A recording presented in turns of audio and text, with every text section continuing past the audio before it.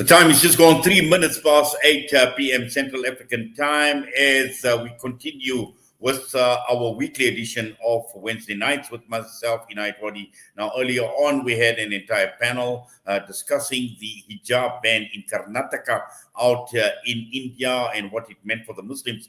But generally, what is taking place in India is what we see happening right across the entire world, where we've seen over the years, in the last few decades, we've seen a Muslim world that has been challenged in more ways than one. And when we're talking about the Muslim world, we're talking about both Muslim countries and we're talking about Muslims living in other parts around the world in non-Muslim lands.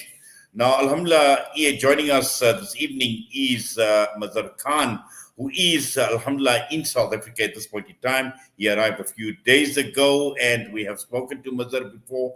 And this topic is actually very, very relevant in terms of where we are. And also at this, it gives us an opportunity to look back, to reflect, to introspect as to where we are as a Muslim Ummah, but more importantly, where we should be right now and where we should be heading. And without much ado, we joined now by Mazhar Khan. I believe he is somewhere in Johannesburg, in Sandton, if I'm correct. Brother Mazhar, assalamu alaikum wa rahmatullahi wa barakatuh. Walaikum salam wa rahmatullahi wa barakatuh. And thank you for having me on your show once again. Yes, Jazakallah to you for joining us. And I'm hoping you're enjoying our beautiful weather and our beautiful country once again. Yes, alhamdulillah, jazakallah khair. It's always nice to be here. Right, Brother Mazhar, I know you are in South Africa and you're going to be meeting many people. You're going to be engaging with a lot of people during your travels over the next few weeks in South Africa. Now, you and I obviously have spoken a lot in the past, touching on specific issues. And earlier on, we just spoke about India, about the hijab ban issue. But just looking at the Muslim world in general and providing us with an overview as to the last few decades, what has this actually meant for the Muslim Ummah to find ourselves in a situation that we are in at this point in time? And I must add, it is a chaotic situation. It's not a very, very good space to be in at this point in time. Yes, it's interesting you say in the last decade or so, because the world has changed so much in the last decade, but not for the Muslims, unfortunately. But the world has changed from a geopolitical point of view, because after the war on terror, after the 2008 financial crisis, and now with COVID, it's shown that the Western hegemony that existed in the world, or the unipolar world that existed, that's no longer the case today. Today, we have a much more fragmented world, where China asserting and flexing its muscle, Russia trying to assert its own area of influence around its borders. So America is not as powerful as it used to be, and also Europe is not as powerful as it used to be. So the fortunes are changing for them. But unfortunately, there is no player in the world, in the Muslim world, who can take advantage of this shifting landscape in order to bring a better outcome for the Muslims. And that is a very sad indictment on the Muslim world, that there is no leader with any vision or any courage to take this opportunity to try and make the protection or the life of the Muslims a little bit better. So that actually is a sad point to begin with. Well, it's certainly... Sorry, just the thought that hit me, and when you're talking about this challenge, and no Muslim obviously is taking leadership in this particular issue, it is about not offering Muslim solutions as well to what the world is experiencing. You know, you mentioned things like some of the geopolitical issues, the COVID-19, but we've never ever seen Muslims come strongly or featuring very strongly in terms of offering some sort of an Islamic solution to some of these issues. You know, this is a sad indictment, because absolutely the Muslims are not offering an Islamic solution. And you know what is really sad is, across the world, especially in the West, where the Muslims are, especially in the West, the only thing it seems the Muslims have to offer is charity and social work, as if that's all Islam came for. And I find this really sad, because The Prophet sallallahu alaihi wasallam, and I think we've mentioned this point many times, but it needs to be reiterated time and time again. The Prophet sallallahu alaihi wasallam, lived in Mecca, and the people loved him, but they started to go against him, not because of his personality, not because of his character and his kindness and his relations with the people in Mecca, but because of the message he brought. And now somehow people in the West think that because of the pressure on the Muslims, we need to minimize our Islam. We need to minimize our Islam in order to get into the good books. So now we maximize charity, we maximize social work, and we maximize all these kinds of things which we think are safe areas. But we're not engaging with Islam. So the West may like the Muslims, but our job is not for the West or the world to like the Muslims. The job of a Muslim is for Islam to be liked and Islam to be implemented. And because of that fear, we are not offering the Islamic solutions to the problems that the world has. And just like you correctly mentioned, I've met quite a few people over the last couple of days. And one interesting discussion I had yesterday with one gentleman was this point that because Islam is absent in the world is chaotic, as you quite rightly said in the introduction. The world is chaotic. The last 100 years, I think we can safely say, the last 100 years, since the time of Adam alayhi salam, right? This is a big claim.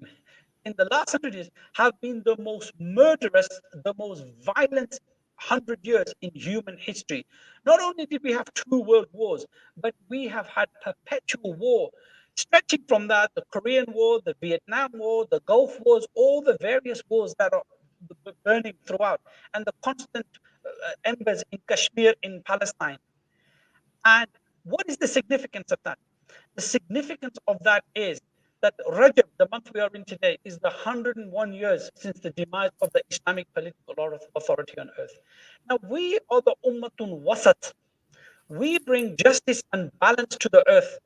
And when the Islamic political entity existed, regardless of how good or bad it may or may not have been, but it still was a stabilizing factor on earth. And in the absence of that, we see how chaotic the world has gone, not just in the political area, on the economic area, where poverty is like, I don't think it's ever been in a world when there has been never been so much wealth in the world, yet we still have people suffering, like in Afghanistan, which we may touch on later on, where people don't have food to eat. But we've got billionaires making billions by each week. And this imbalance on an economic level, political level, and even the morality level. We've talked about LGBT and stuff where people don't even know if they're a man or a woman. There's an imbalance across the facet of human life because we, the Khairul Ummah, the Ummatun Wasat, the balanced nation who were given the duty to be the caretakers of this world, we have absconded from that duty and we have reduced Islam to an Anglican form of Christianity where it's just some rituals. Whereas we were sent as the Khulafa, the guardians of this earth. So that is the something that we really need to reflect on. How are we going to present Islam and offer solutions for economic problems, social problems, political problems, ethical problems, moral problems, if we don't have a presence at the global stage and we are not at the table in order to guide humanity? So Yes, this is important.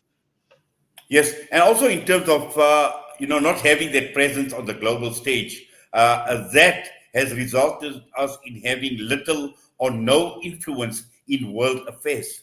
And this is absolutely important for us to understand because when one looks at the impact or the cumulative impact, Brother Mazhar, of all these problems that we are faced with, what has it done? It's given us an extremely negative image of Islam, of the Muslim world, but also it's portrayed us as having a lack of capacity within the Muslim nations to deal with some of these problems. And also at the same time, we are not respected by the entire world. The Muslim nations do not enjoy the respect.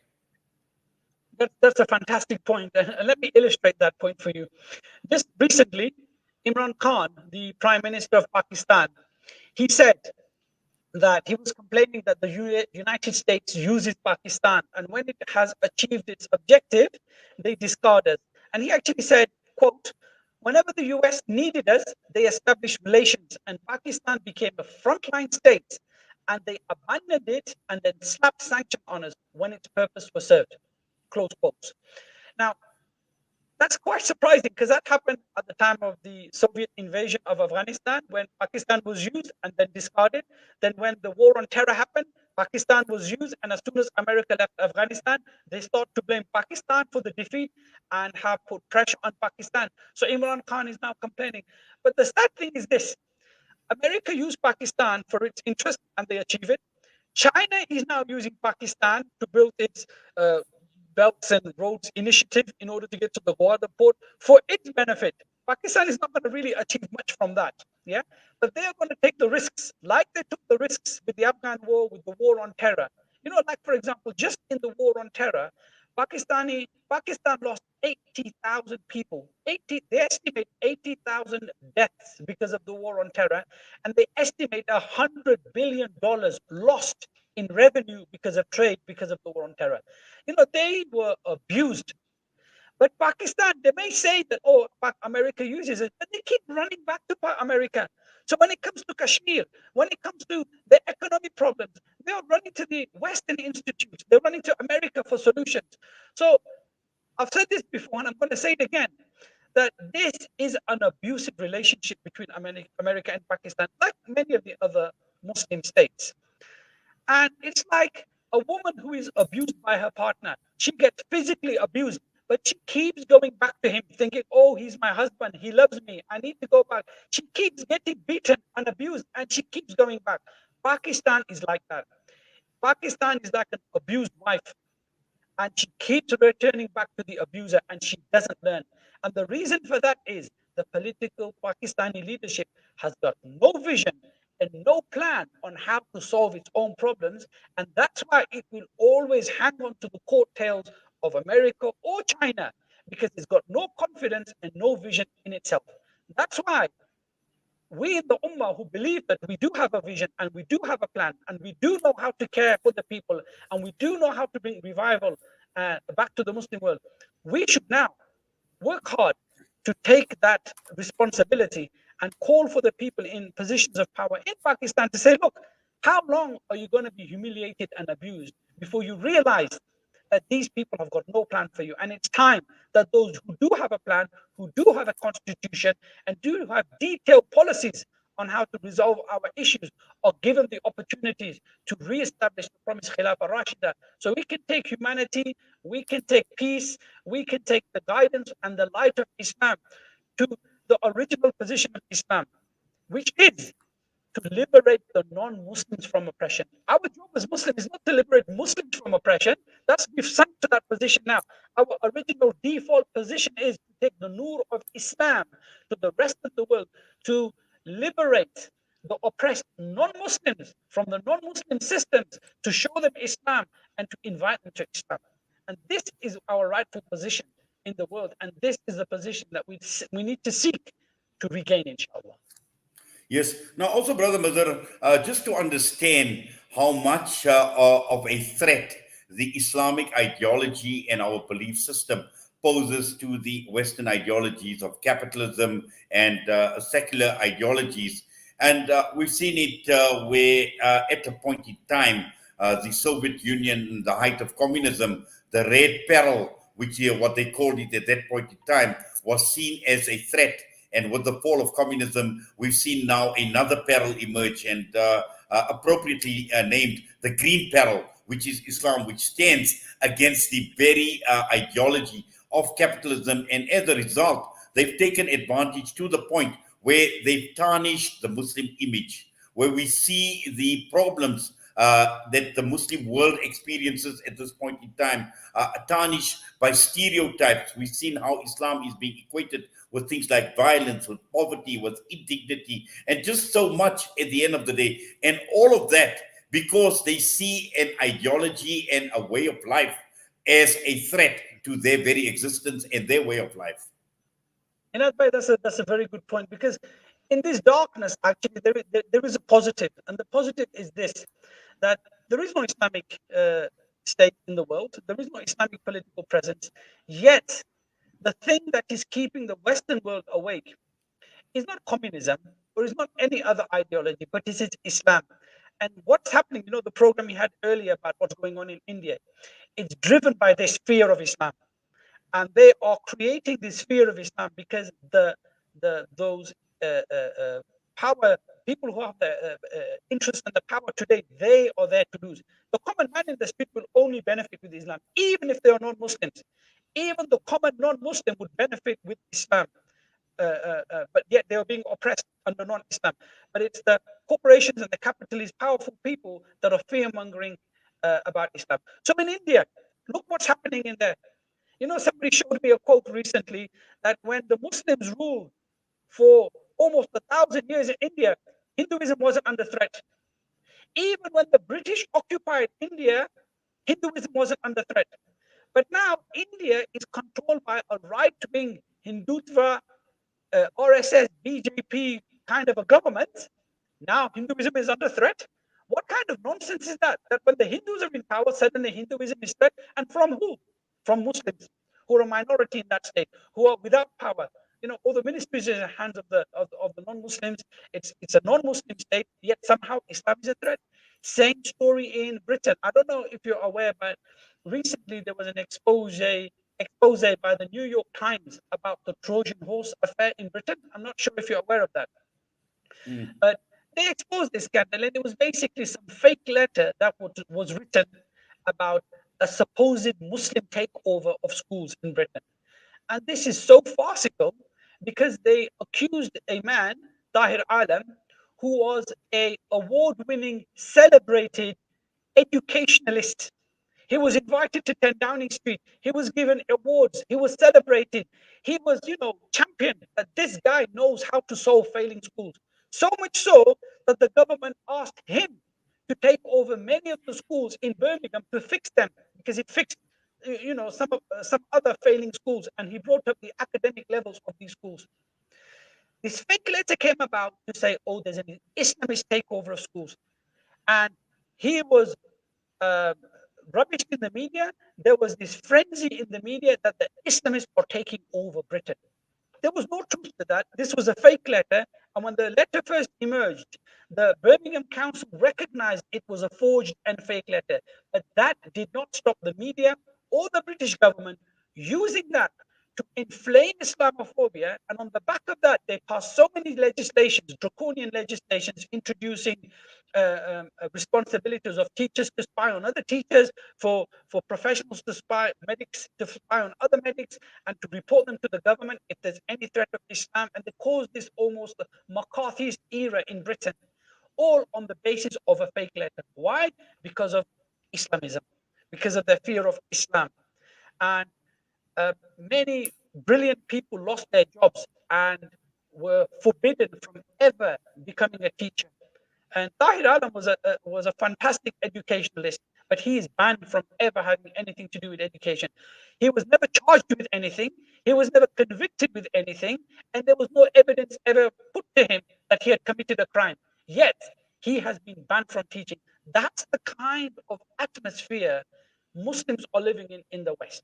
That's just Britain, but that is being replicated in France. Again, in the New York Times, they talked about that there is so much pressure on the Muslims that the educated and the professional Muslims in France are now leaving France. Those Muslims that they probably need for the betterment of their societies, those are the ones that are leaving. We also saw stories in Sweden where Muslim children are being abducted and being indoctrinated. So this myth of freedom and this myth that we live in a free society, people can do what they want, it has actually turned against itself, and they are doing things that they fundamentally disbelieve in.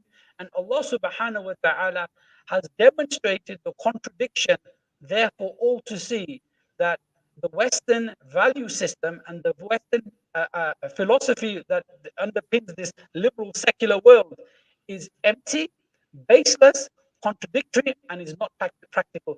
They cannot even accommodate Muslims in their societies. Muslims who have lived here for 50, 60, 70 years, they still cannot accommodate them, and they have to force them to believe in their way of life. Whereas in Islam, we have a concept of Ahl Dhimma. We don't force the Christians or the Jews or the atheists to embrace Islam. We even appoint judges for the Jews to resolve their disputes by. We even appoint Christian judges to resolve disputes the Christian people may have. We don't force them. We don't have this kind of a McCarthy's type approach, forcing them to become no. We invite them to Islam through good speech and by the practical implementation of Islam through its justice. That's why Islam was successful, not because it forced people to embrace Islam, because it protected them as non-Muslims and they willingly embraced Islam after many generations. So again, our Islamic history is something to be proud of. And the societies in the West that we are living in are collapsing. And the only thing they can do is to blame the Muslims as if we are to blame for the collapse of their system. No, there's poverty in the West because of capitalism. People are, they were saying something like 1 million people in Britain, they did a survey, have skipped one meal uh, at least in a day because they can't afford to feed themselves fully. Now, I don't know how true that is or how accurate that statistic is, but you cannot deny the fact that there is a large number of people who can't feed themselves properly in Britain, one of the richest states. So this ideology has failed its own people, and it's shocking that somehow they want to blame Islam for their ills. No, they've destroyed themselves. And that's why Muslims need to have a little bit of courage and show that, you know what, Allah defined a system for us to live by. And that's something we need to call for, inshallah. Yes, and it's not that the world, and particularly the Muslim world, is not short of resources. We've got all the resources in the world, Brother Mazhar, but it's about not the lack of resources, it's about the disproportionate utilization of resources, using those resources for the wrong reason. And that is why we see the problem. On the one hand, they talk about violence, which is a problem in the Muslim world, and they talk about extremism, and they talk about terrorism, and all of this. But a lot of this is driven economically as well. And when one looks at the geopolitics as well, all of it driven economically. But again, like you mentioned, that there are Muslims, there are professionals in the Western world, like you cited the example of France and Sweden, and but also in Muslim world, there are many people that don't want to live in the Muslim lands for the very reasons that you speak of, Brother Bazar. No, absolutely, absolutely. Because even if you have bright and intelligent people in the Muslim world, that society doesn't cater for them to develop their own skills and practice their skills. So many of these scientists, doctors, engineers leave those countries and go to the West. So they continue to benefit the West, what they call the brain drain, because we have no industries, we have no economy, we have no opportunity for people like that because there's no political vision, and it all comes back to the politics that they don't have a vision. So if you look in Saudi Arabia, for example, they've had all these decades of oil. You know, they've had billions of barrels of oil that they shipped. Where's all that money gone? How come Saudi Arabia is still pretty much, if you go away from Riyadh and you go away from Mecca and Medina, and anybody who's gone by road from from Mecca to Medina, you will see that the third-rate services that they have on the roadside. They don't have decent wudu facilities. They don't have decent eating facilities. They don't even have decent praying facilities. And they've had billions of dollars they've earned in oil money, which has been wasted. No vision, nothing. And now the oil is running out. They are creating what they call the Neon Project, where they are creating the line, a new kind of living, and a octagon region for businesses to come to. Which businesses are going to come to Saudi Arabia? And if you look at their website, they are inviting the Western businesses to come and relocate in Saudi Arabia rather than Dubai. So again, they are pimping our land and they're pimping our resources for the sake of the Western uh, powers, the Western companies and corporations to benefit from. And this is all our leaders can do, is to service and serve the Western powers and using our resources and using our land in order to achieve that. So this is the shocking state of the political vision in the Muslim world. And that's why, people really need to wake up and realize that we can't carry on going like this.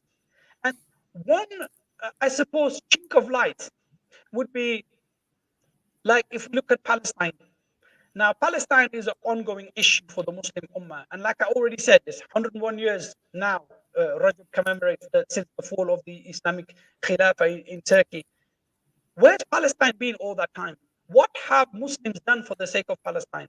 And that problem still is burning. But one chink of light is that for all these years, some people thought that some Arab countries were going to liberate them. They thought that some of the Arab rulers or the Muslim rulers were actually on the side of Islam and the Muslims. But Alhamdulillah, I will say now, I don't think there are many Muslims in the world who are deluded by that anymore. They have openly come out on the side of the Zionists. So virtually all of the Arab rulers have now made peace or recognized the Zionist entity. And even there are noises in places like Pakistan and Saudi Arabia talking about, well, what everybody else has done it, why can't we do it? So I think now they realize this ummah is well and truly orphaned. You have no leader, you have no protector, you are well and truly orphaned. And we see that the ummah is on one side, and there are good people in that ummah, and the rulers on the other side, and they are not on our side. And this issue with Bibi Muskan Khan in India, I think that illustrated this again, for again, not for the first time, when she stood up and she shouted Allahu Akbar when she was faced with a horde of Hindu uh, uh, uh, uh, uh, extremists, if you want to call them that. Um, she had no protector. She had no way to defend herself, but she had the courage to say that. When she did that, I think across the Muslim world, we were proud of that sister. Across the Muslim world, we were with her. Why? Because she expressed something that echoes with us. That when you stand up for Islam, we stand up with you. But you know what was noticeable? The silence of the rulers.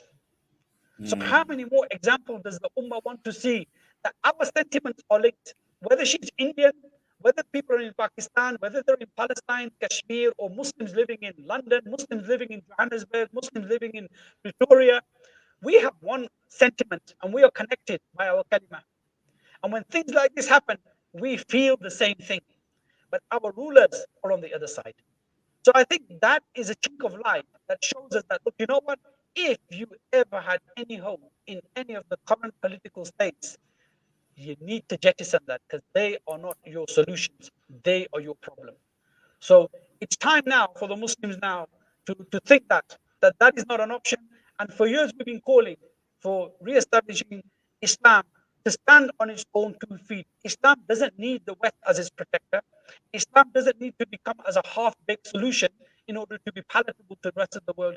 Islam needs to come as it is, to stand on its 2 feet in order for it to work, and in order for it to be a guidance and a beacon to the rest of society. And you know, that is our role in this world. The role in this world is to complete the job the Prophet sallallahu alaihi wasallam brought. And that was, he was rahmatul lil alameen, a mercy to the whole of mankind. But he brought Islam to the Arab world. But he said rahmatul lil alameen, for the whole of the world, all the world. That means we are supposed to continue that. And isn't it what the Sahaba did from day one? They took Islam into Egypt, all across North Africa, into Spain, into the Central Asian republics, into India. In the first few years, all this was conquered. Why? Because they felt that fire burning in their breasts, that we have to take this rahmah to the whole of mankind. Whether they accept it or whether they reject it, we have to deliver it to them. Right? We don't force them to become Muslim, but we deliver Islam to them and we implement Sharia. We implement the Khilafah over them. If they accept Islam, that's good for them. And if they don't accept Islam, then on the day of judgment, they will have no excuse because we did all we had to do. We can't force anybody to become Muslim. We can only deliver Islam to them. And so we need to regain that. And, you know, um, I was talking with a brother recently in Lothian, and he reminded me of an ayah of the Quran and the hadith of the Prophet sallallahu alaihi wasallam, talking about the highest position in Jannah. And the Prophet sallallahu alaihi wasallam said, the majority of the people that will occupy the highest position in Jannah, most of them will be from the first era, meaning the Sahaba radiallahu anhum.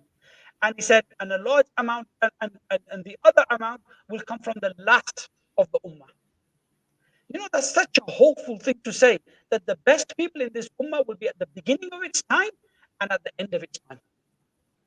And what is it that connects those two people? The Prophet ﷺ said, the Khilafah is something the Sahaba established, and the Khilafah that's something will be re-established towards the end of time. So if we want to be close to the Anbiya, and we want to be close to the Salihin, and we want to be close to the best of the best people, the Sahaba radiallahu anhum, then we need to follow in their footsteps. Have the courage, have the visions, and rely upon Allah subhanahu wa ta'ala. And people commonly say, brother, how are you going to achieve this? How are you going to achieve this? You really need to know we are not going to achieve it. Allah is going to do it. We just need to do what He asks us to do. And an illustration of that point is when Ibrahim alayhi salam built the Kaaba, and Allah subhanahu wa ta'ala said to him, now call the people to come for pilgrimage. Ibrahim alayhi salam said, I'm in the desert, there is nobody here. Who's going to hear me? He said, no, you just call for it. Leave that to me. Isn't that a lesson for us? That Ibrahim alayhi salam alone in the desert, nobody there, Allah said, you just call for it. I will be the one who will bring them. And how many millions flock to the Haram now to do Hajj and Umrah? And in likewise, we need to call for what is the haqq. How it will happen and when it will happen, we know that Allah subhanahu wa ta'ala will create the asbab, He will create the reality and the situation for it to happen. But we need to be ready for that. And if we are not ready for that and the circumstances arise, we're not going to be able to benefit from that. So Yes. it's an important point to reflect on. Yes, and also, Brother Mazhar, since the fall of the Khilafah, and I think this stands out glaringly, where we see the dependency on outside powers. And we've seen that over the decades, the years and years, where this has been one of the biggest or the greatest constraints that we have basically faced with in terms of global affairs. And that is the reason why we are not being recognized. We obviously mistrust amongst ourselves. We see the animosity amongst ourselves. We see the rivalry amongst ourselves. And we've never ever been able to present what is called a strong and a united front on many issues that are vital to the Muslim world. And all of this because of our dependency on outside powers. And at the same time, we have compromised our collective interests as a Muslim ummah. No, absolutely. The thing is, on so many situations, and so many times in history, where we have been told that we are in a position of weakness, and history has actually demonstrated that the rulers lied to us, and they made us feel weak in order for the West to achieve their aims. So, for example, we've just seen America after like 20 years in Afghanistan unable to achieve what it wanted to achieve, and they had to flee. Right? They had to flee. Now, for 20 years, they couldn't achieve what they wanted to achieve. Pakistan told us that if we don't support the Americans, they're going to bomb us and destroy us. Pakistan has been destroyed. They helped America. They lost 80,000 people. They lost $100 billion worth of revenue because of the war on terror by helping America. The question is, would you have actually lost that if you didn't get involved? And it's interesting that probably not. Why? Because had Pakistan not helped America, there is no way America could have logistically gone into Afghanistan. They needed the route from Karachi, the logistical route from Karachi through Balochistan into Afghanistan. They needed that route, and 80% of their supplies came through Karachi and through that route into Afghanistan. If Pakistan said, look, and he made whatever reason, said, oh, we can't help you because our public opinion against this, this will cause civil disobedience. They could have said whatever and said, we are not helping you. There's nothing America could do. If they couldn't defeat Afghanistan, they thought they could have harmed Pakistan. How are they going to bomb Pakistan? Where they're going to, how are they going to do that? Maybe they can come and drop a few bombs. They would have got tired and left after that. So that showed that we had the ace cards in our hands. We could have demanded from them. And the same thing happened during the Gulf War when America invaded Iraq the first time round. Even though at that time it was a unipolar world, Soviet Union had collapsed. America was the most powerful state. But they still didn't have the courage to enter into Iraq until every single Muslim country in the region sided with them in the Allied force. And then they went in. And again, they didn't go in. They put the Arab forces on the front line to go in first. And then they followed after that. So their cowardice is there for all to see. And their willpower is lacking. And again, it's all for all to see. But the reason they were able to do it is the conspiring leaders in our land that allowed them to do it by saying to us, we've got no option. Absolutely, you had an option. Because had you said no, what they're going to do, attack all of you? They couldn't even fight the Vietnamese, and they couldn't even fight the Afghans. and what they're going to fight all of you. You've got a proper army, proper air force. So this is the kind of myths that we've been spun all this time, and it's high time that we recognize that our worst enemies is the current political elites in our land. If they weren't there, half the problems we have wouldn't be there today either. Well, certainly, and also when one looks at all the hotspots or the trouble spots right across the entire world where occupations have taken place, where we see countries even like Yemen, we're looking at Libya, we see what has happened in Iraq, we see what is taking place in China, Xinjiang, we're looking at the Rohingya and India, Kashmir, where right across the entire world, we've never seen a Muslim leader come to the aid of a fellow Muslim. Yet, we've seen billions upon billions in strengthening their armies. We've seen the billions of dollars that they spend annually in boosting their military capabilities. Yet we haven't seen a single bullet fired against a single enemy of Islam. Yet we've seen fighter jets. We've seen all sorts of high-tech weaponry aimed at none other than Muslims themselves. It's interesting you mentioned that, because in the 2008 financial crisis, when it happened, you know, at that time, it was actually a very dark moment for Europe. The system on the verge of collapse. It was on the verge of collapse. The big banks had failed, but the West tried to bail them out. And who was the player that helped them to bail it out? The Arab rulers. So in Britain, for example, there was one bank, Barclay Bank. They took money from the Gulf in order to liquidate the bank again. They didn't have any cash. So the Arab rulers pumped in millions and millions and millions of dollars in order to liquidate or to give liquidity to the Barclays Bank. And again, so when they were failing, these rulers provided them the oxygen and the lifeline to continue. Whereas they couldn't do nothing for Palestine, they couldn't do nothing for Kashmir or Rohingyas, Yemen, Somalia, Afghanistan. They could do nothing for them because they had 101 reasons why they couldn't do anything there. But when the Western system was about to collapse, these guys jumped immediately with the aid. And not only once, they've done it many times. When Donald Trump came to power, what did he open? The thing with Donald Trump is he said it as it was. He didn't hide behind diplomatic language like the other presidents do. So we knew what America was thinking and saying. The only difference between this guy and Biden is they use a forked tongue to speak with. Trump, he said it as it was. And he said about Saudi Arabia, we need money. Those guys got a lot of money. They're going to give it to us, if you remember. And then he went to Saudi Arabia with an arms deal, and they signed, I can't remember the figure, a multi-billion-dollar deals.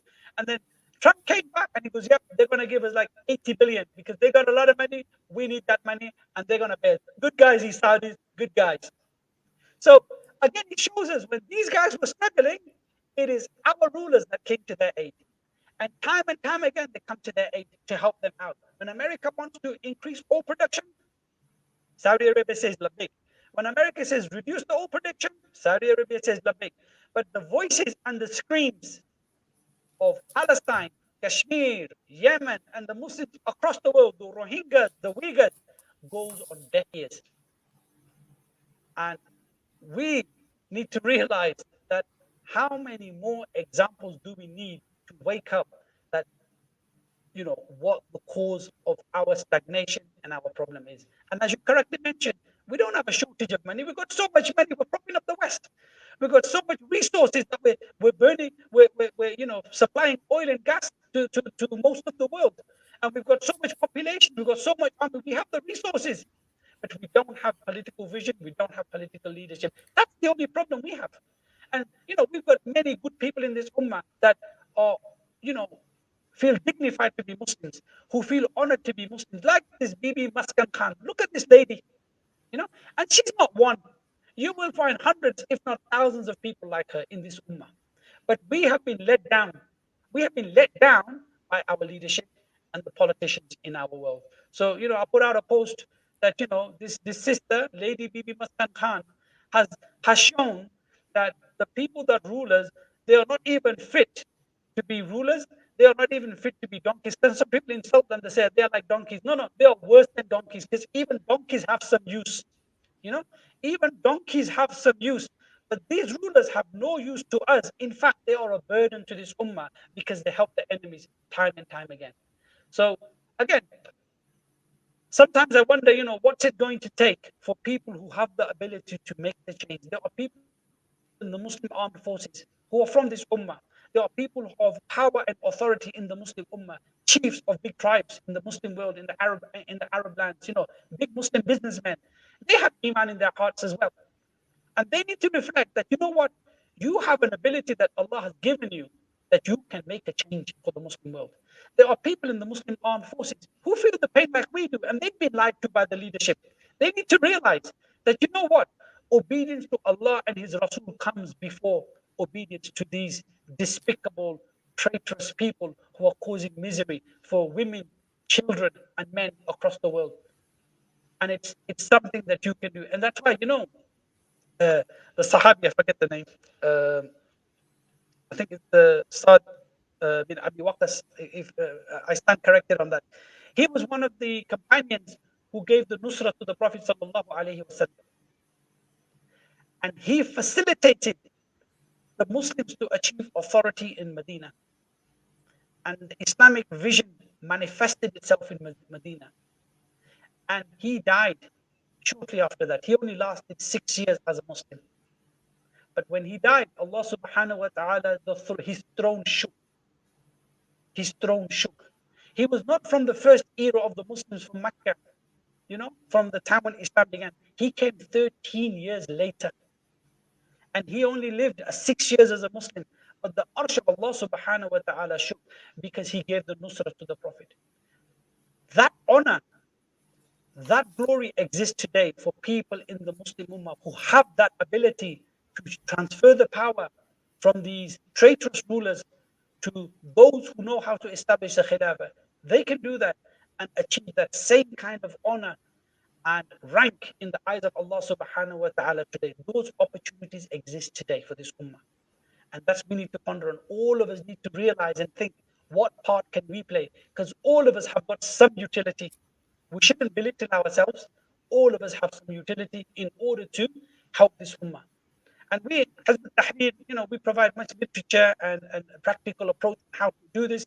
So you can go to our various channels, you can go to our website and look at the material that we produce and read it and look at it and debate and discuss it and find a way of how we can achieve this, and come to us and we can show you and explain to you how we see this.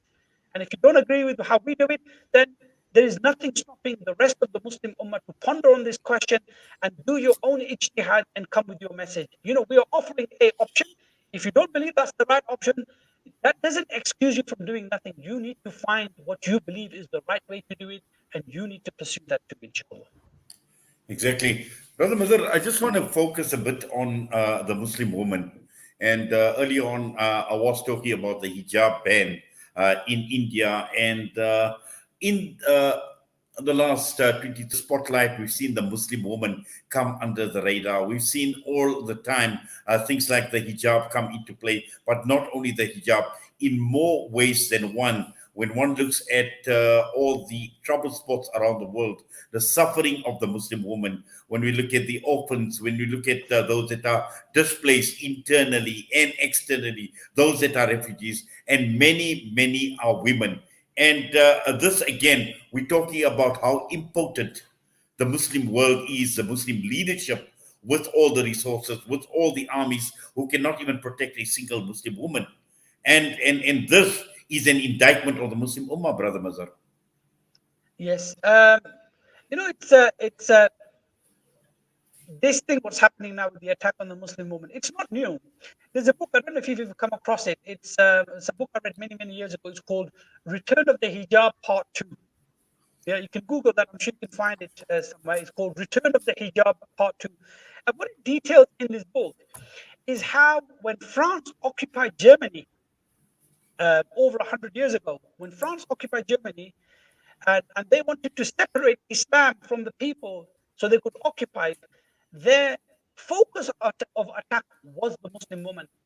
And it was so-called liberation of the Muslim woman, and it was taking the hijab and the niqab and the burqa off her and reducing her into just a sexual object. And this was the focus of their attack. And the book is very good. It's got some very lovely quotes in there of what the Western politicians said about the Muslims and Islam. And it's I don't know if it's surprising, but it's it's it's almost identical to what they did over 100 years to what they are doing now. They're attacking the hijab. And what threat is the hijab to them, whether a woman wears it or doesn't wear it? What threat is it to them that a woman wants to be a housewife and stay at home or wants to do whatever she wants to do? But in the as a believing Muslim woman, what threat is it to them? But they are using that in order to destroy the Islamic social system, to destroy the Islamic family unit, and to cause fitna in the Muslim world. And they did that then, and they're doing it now. And in the past, when there was Islamic governance, we know there are many, many incidents in our history, even when Islam entered into what we now call, India, when Muhammad bin Qasim entered that, it's because of an attack on a woman and the Muslim caravan that was in that area. If we look at Muttasim Billah, when he heard reports of a single woman who was abused, and they mocked her, saying, "Where is your Khalifa?" She screamed the name of the Sultan, the Khalifa, and the Romans mocked her, saying, "Who's going to hear you?" And when he heard this, he said this, he didn't say to them, "Where did this happen?" He said, "Which is the Roman strongest city?" And they said, "Amuriya." And he said, "Go and destroy this place." And they went there, they destroyed that place. We know the story. There's many stories like this in our history. Because of a woman, the Muslim defended them. Why? Because for the Muslim Ummah, honor and dignity doesn't have a price tag. Yeah? If one woman is hurt, we will spend £1,000,000 if it means to go and correct that injustice. We don't do cost benefit analysis about, oh, how much is it worth? How much can we spend? Oh, it doesn't matter. It's too expensive. No, we don't care. We don't care. If honor and dignity comes into question, Islam doesn't put a price on that. So that's why the Islamic government will send an entire army because one woman was abused. And what's happening today now? Women are being orphaned in the Muslim world. Women are crying. Children are going to sleep hungry at night. In Kashmir, in Palestine, Muslim women are being humiliated in India in front of our eyes, and we can do nothing. How humiliating is this for our ummah, who's got a great history of standing up for honor and dignity and justice, and we can do nothing. Just watch this. This is what we have been reduced to now, and not because of us, but because of the rulers that persist over our heads. It's very easy. For example, we don't even have to talk about jihad. All the Arab rulers have to do is say very politely and kindly to all the Indian nationals in the Gulf, please can you all go back home? Please can you all go back home? Right? That's all they have to do. That's all they have to do. And they can cut off the oil and gas supplies to India, and India will come begging to them. They don't even have to fire a single bullet, but they don't want to do it. This is the problem. They don't want to do it. And we need to wake up to this. Yes. Now, obviously, there is a lack of political will, but this cannot continue, Brother Mazhar, because year after year we will have this very same discussion, and the key issue here is the challenge that we are faced with is to restore the Muslim image, and in the absence of political leadership, we certainly have got a political vacuum. And the question would be, how do we address or how do we fill this political vacuum? To fill the political vacuum, there is a political vacuum in the Muslim world because they don't have a vision, like we've already mentioned. Now, sometimes we think this is so far off and so difficult to achieve. Yeah. And we feel that because it's so far off, so difficult, I can't see it happening. Let's think about doing something else. And this is the mindset which has consumed us over the last so many 30, 40 decades in the Muslim world. But that hasn't helped us. But what we do need to know is that things can change suddenly, right? Because we're talking about taking authority in the Muslim world. Things can change suddenly, and they do happen suddenly. Because you know what? The Ummah is ready for Islam. Let's not try and kid ourselves, yeah? The Ummah, if you look at the Muslims in Pakistan, if you said to them, we will remove from you the yoke of the IMF and the World Bank and all these debts that they put upon you, we're not going to pay these back. We've got plenty money. You know, all this money that these rich people have looted, we can take that. We can look after ourselves. We can feed ourselves, and we have a standing army that can defend Pakistan. It just takes an hour or two for somebody to make the move and remove the leadership there. So we declare the Khilafah, and not only do we declare the Khilafah, we do not recognize the border between us and Afghanistan. And those women and children starving in Afghanistan today, he goes, we will feed them. And if we don't have enough food, I will ask everybody to fast on a Monday and a Thursday. We will share our food. You know? So you might think, oh, brother, this is far fetched. It doesn't take long for leadership to change because the Ummah is ready for it. We are screaming for a change. We want a change. I mean, how much more difficulty can we have? You know, they'll say, oh, brother, this can go wrong and that go. All of that has gone wrong. We have, like in Pakistan, for example, 80,000 people died, $100,000 billion have been lost. You know, because you said, oh, we're going to suffer. Well, we've suffered. And we can suffer a bit. If it means Islam can come, this ummah is prepared to suffer and sacrifice because that's how we were built. But after a short term of difficulty, we can reunify the ummah and we can progress and give guidance to the rest of the ummah. And you know, when that change happens in one place, it is only a matter of time where that message will spread. So if it comes to Pakistan, going to Afghanistan, Uzbekistan, Tajikistan, that's not a big issue because the people want to be unified, people want Islam, and that is something we can achieve. And we shouldn't think, oh, this is unachievable, because let's go back to our example. Let's go back to our example, Prophet Sallallahu Alaihi Wasallam. Before he was given the Nusrah, let's not forget that for something like 2 or 3 years, hardly anybody embraced Islam. Just before that, Rasulullah sallallahu alaihi wasallam and his clan, the Hashemites, even the non-Muslims of the Hashemites, the Muslims and the non-Muslims of Hashemites were kicked out of Mecca in a valley. And they were suffering for 3 years. In that time, nobody embraced Islam. In that time, the Muslims became very weak and oppressed. Khadija radiallahu anha passed away. The uncle of the Prophet sallallahu alaihi wasallam passed away.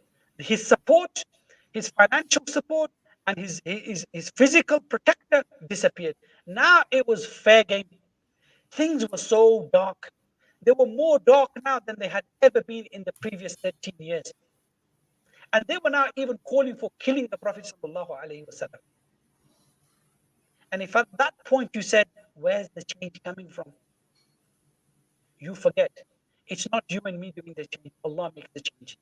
And the Nusra came from Medina, and in the twinkling of an eye, the Muslims migrated and they found safety and security in another place. Now, just before that happened, if you looked at it, you said, I can't see where it's coming from. I don't see how it's going to happen. I don't believe it's going to happen. I think it's so far away.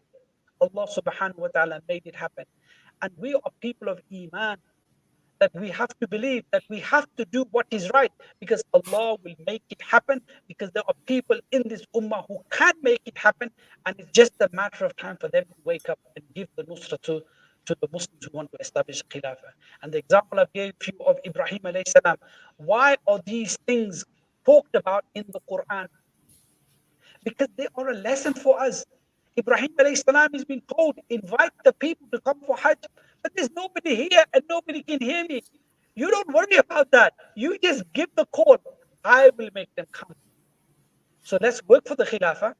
Let's do what Rasulullah did, sallallahu alayhi wasallam. Let's follow the methodology of the Prophet sallallahu alayhi wasallam to establish the Khilafah, and let's leave it to Allah subhanahu wa ta'ala to create the causes on this earth and the events on this earth and the opportunities for that realizations to be realized and for the Khilafah to come back. Because Allah says in the Quran, what? The victory is always near. The victory is always near. But the time is for us just to be tested. Are we up for the test? And this test is not because we are failing. It's just to prove to Allah subhanahu wa ta'ala that we are worthy for it. And so we need to be steadfast in this struggle.